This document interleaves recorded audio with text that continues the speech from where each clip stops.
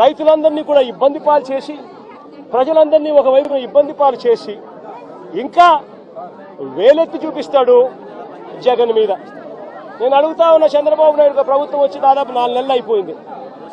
ఇప్పటికైనా కూడా చంద్రబాబు నాయుడు గారి హయాంలో ఏదన్నా జరుగు, ఎక్కడన్నా జరుగు, ఏమన్నా జరుగు, దానికి కారణం జగన్ అంటాడు. ఎక్కడేమన్నా జరుగు కారణం జగన్.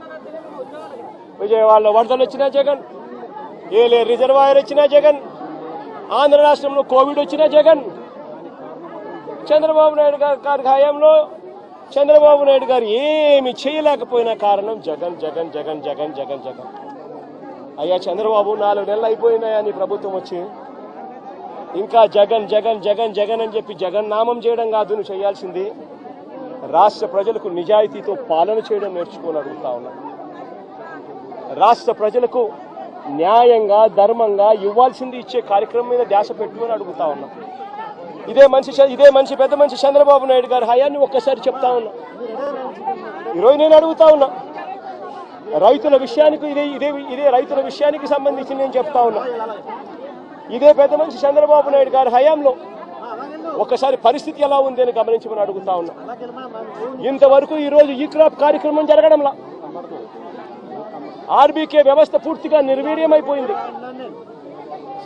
సచివాలయాలలో ఈరోజు పూర్తిగా నిర్వీర్యం చేసి సచివాలయాలను వదిలేశారు. వాలంటీర్ వ్యవస్థ కనుమరుగైపోయింది. రైతులకు ఇవ్వాల్సిన ఉచిత పంటల బీమా గాలికి వదిలేశాడు. రైతుల తరపున కట్టాల్సిన ఇన్సూరెన్స్ ప్రీమియం కట్టకుండా వదిలేశాడు. నేను అడుగుతా ఉన్నాను ఇదే పెద్ద మనిషి చంద్రబాబు నాయుడు గారిని, ఈ క్రాప్ ఏమైందయ్యా అని అడుగుతా ఉన్నాను. గ్రామ సచివాలయాల్లో పెట్టాల్సిన సోషల్ ఆడిట్ లో పెట్టాల్సిన లిస్టులు ఏమైనాయా అని అడుగుతున్నాను. ఆర్బీకే వ్యవస్థ ఏమైందయ్యా అని అడుగుతా ఉన్నాను. ఇదే పెద్ద మనిషి చంద్రబాబు నాయుడు అడుగుతా ఉన్నాను. వ్యవసాయ సీజన్ మొదలయ్యేసరికి రైతు భరోసా ఇచ్చే కార్యక్రమం ఏమైందయ్యా అని అడుగుతా ఉన్నాను. వ్యవసాయ సీజన్ మొదలయ్యేసరికి రైతులకు ఇవ్వాల్సిన 0 వడ్డీ ఏమైందయ్యా చంద్రబాబు అని అడుగుతా ఉన్నాను. రైతులకు ఇవ్వాల్సిన పెట్టుబడి సహాయం గతంలో జగనే ఉంటే 13,500 ఖరీఫ్ సీజన్ మొదలయ్యే టయానికి రైతన్నల చేతిలో పడేది. ఈయన 20,000 ఇస్తానన్నాడు. 20,000 ఇస్తానన్న పెద్ద మనిషి ఆ 13,500 ఎగిరిపోయింది, 20,000 గాలికి ఎగిరిపోయింది. ఇదే పెద్ద మనిషి చంద్రబాబు నాయుడు గారు ఆర్బీకే వ్యవస్థ జగన్ ప్రభుత్వంలో, వైఎస్ఆర్ కాంగ్రెస్ పార్టీ ప్రభుత్వంలో ఆర్బీకేలు ఎఫెక్టివ్ గా పనిచేస్తూ, జియో ట్యాగింగ్ చేస్తూ, ఈ క్రాప్ నమోదు చేస్తూ, పారదర్శకంగా ప్రతి రైతుకు కూడా ఇన్సూరెన్స్ గవర్నమెంటే కట్టేది. రైతన్నకు ఏ పంట నష్టం జరిగినా, ఏ నష్టం జరిగినా కూడా ఈ క్రాప్ నమోదయ్యేది. ఆర్బీకేలు పనిచేసేటివి. వాలంటీర్ వ్యవస్థ, సచివాలయం వ్యవస్థ ముమ్మరంగా పనిచేసేటివి. ఇన్పుట్ సబ్సిడీ ఏ సీజన్ ముగిసేలోగానే ఇన్పుట్ సబ్సిడీ ఇచ్చే కార్యక్రమం జరిగేది. ఇన్సూరెన్స్ కూడా రైతన్న నిశ్చింతగా మళ్లీ సీజన్ వచ్చేసరికి రైతన్న చేతిలో ఇన్సూరెన్స్ సొమ్ము కూడా పడేది. రైతన్నలకు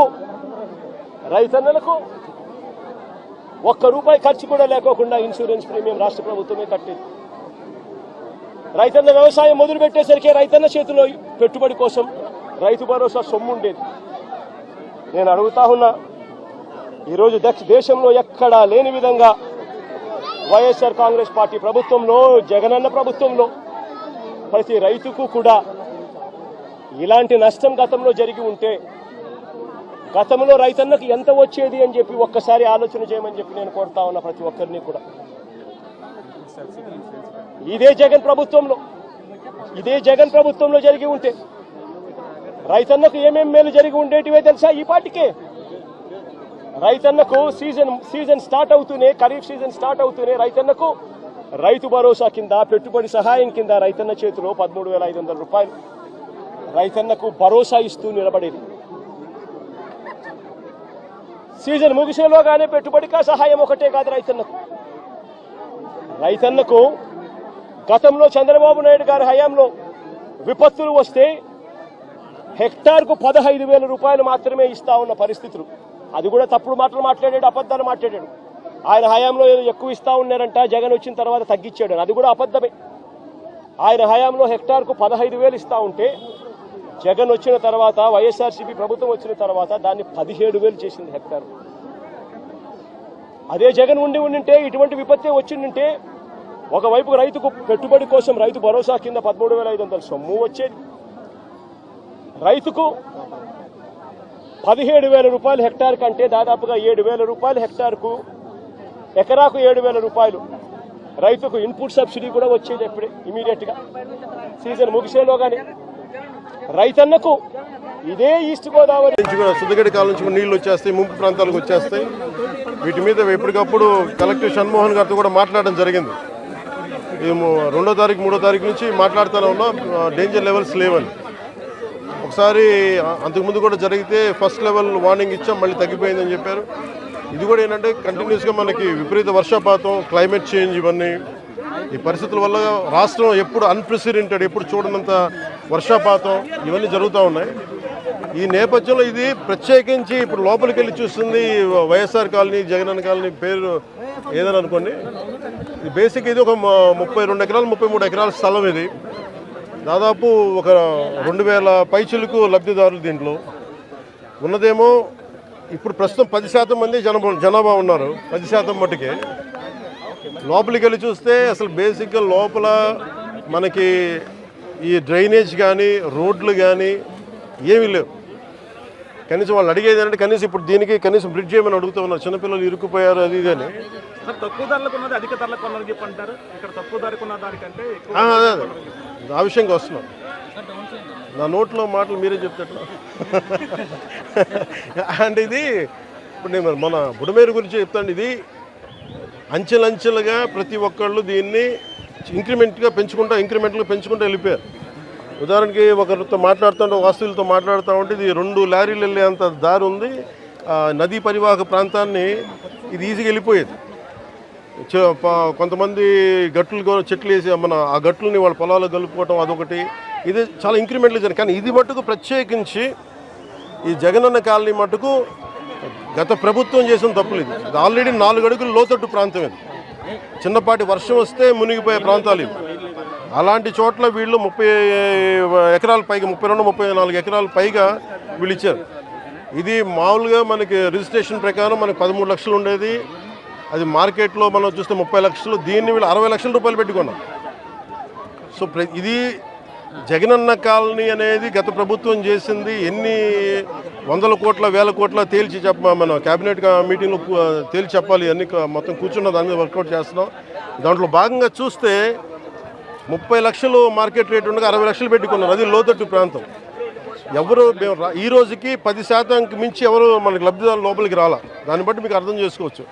ఇలాంటి చోట్ల ఇప్పుడు ప్రత్యేకంగా ఛాలెంజ్ చేసి వీళ్ళు చేసిన తప్పుల్ని మేము కవర్ చేయాలి. వీళ్ళు ఇచ్చేసారు, ఆ తప్పుల్ని కవర్ చేయాలి. వాళ్ళకి ఇన్ఫ్రాస్ట్రక్చర్ ఏదైతే అవసరాలో ఆ ఇన్ఫ్రాస్ట్రక్చర్ డెవలప్ చేయాలి. ఇది ఇప్పుడు అలా కాదు. ఇప్పుడు మీరు ఏలేరు ఆధునీకరణకి వీటన్నిటికీ మీకు నిధులు కొరత, అంతే కదా. బేసిక్ నిధులు కొరత. మరి ఇక్కడ ఒక్క చోట మీరు ఇక్కడే చూస్తే దాదాపు 13 కోట్లు, దాదాపు మీరు చూసే 30%, 13 కోట్లు ఇక్కడ ఒక్క ఈ కాలనీకే వేస్ట్ చేశారు. ఇలాంటి ఒకరు చెప్పండి.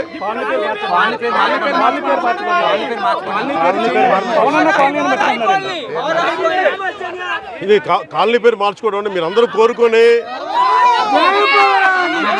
అలాగే మీరందరూ కోరుకొని ఒక నిమిషం కాలనీల పేర్లు ఎందుకు నాయకుల పేర్లు ఉండకూడదు చెప్తా. వాళ్ళ జేబులో డబ్బులు కాదు. అందుకని మనం చేయాల్సింది ఏంటంటే నేల